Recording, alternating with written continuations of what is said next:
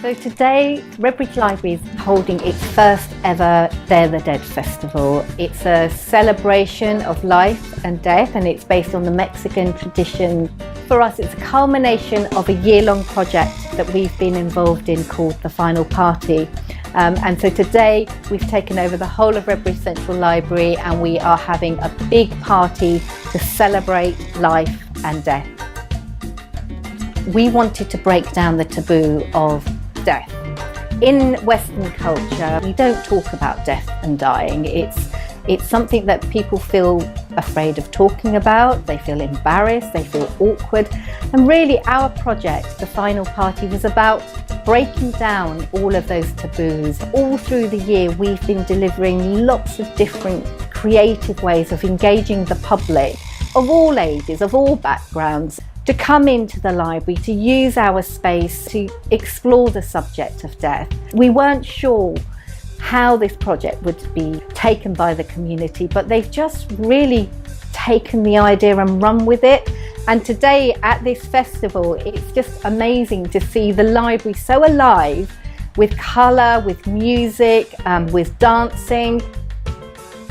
Activities that we've been running to celebrate our Day of the Dead festival. We've had children and families making Frida Kahlo inspired flower crowns, skull masks. We've had some beautiful installations in the library created by Mandinga Arts. We've had Ofrenda, which is a community altar. In Mexico, when people die, families remember and honour the person that they have lost, and they create an altar which is made up of photographs and objects that reflect who that person was. It's got a sharp blade because then it doesn't drag when you're cutting. So I did change some of the blades, but if they're not... So the theme of the workshop is mask making, themed to go along with for the parade later on Day of the Dead, celebrating the Mexican tradition.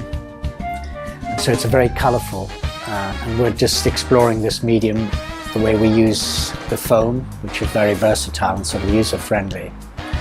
So the idea is for participants to use some of the masks that we've vac formed, or they can create it from scratch. And in the 4 hours that the workshop is, they should have learned new skills, but also something tangible to take away or wear.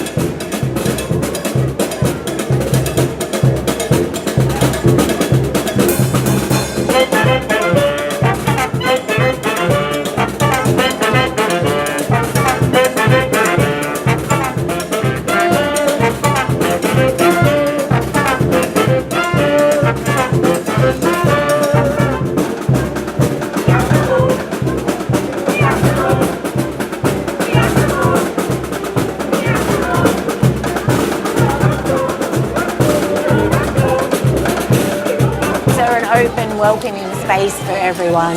Anyone can come in. You've probably noticed today would have been going around the variety of people that are here, and they love to come in and take part in things that are going on.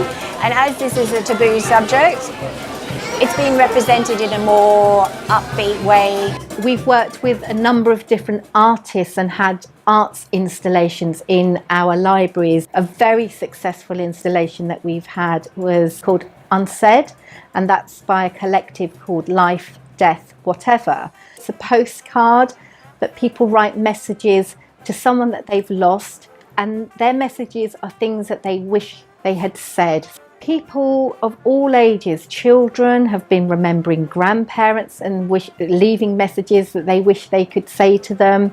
We've had people who have lost lovers, parents.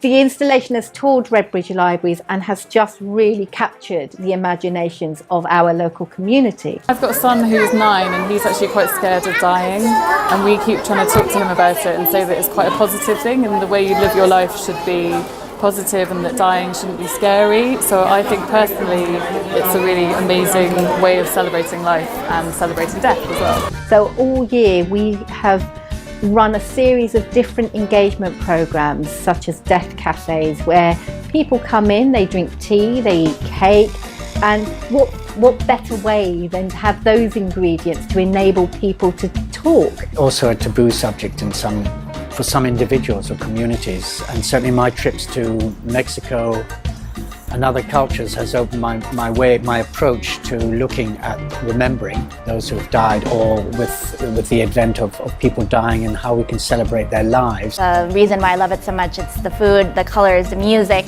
and remembering everyone that's really important for you in not a melancholy way so much, but more as a celebration of their life. Talking about it is quite a sensitive topic, and it just makes it a bit more comfortable for certain people, I think.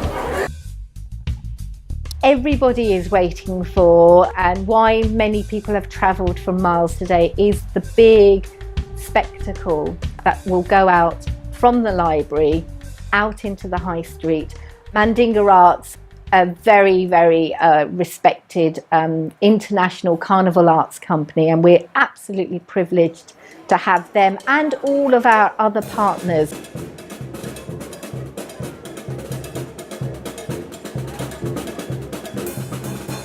Special thanks to the Wellcome Trust and the Carnegie Trust for selecting us to be one of the library services that delivers this project. We were one of only 14 library services to be selected to develop our project idea, to get people engaged with a subject of health and well-being.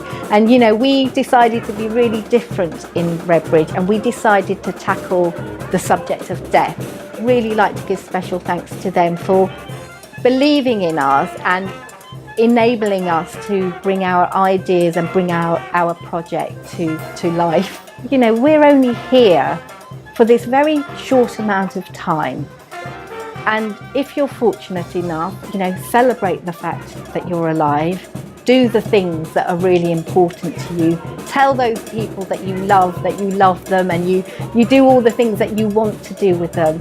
And then for those who are unfortunate, who are close to end of life, or you're caring for someone that's end of life, and to start planning for that and trying to make that transition easier.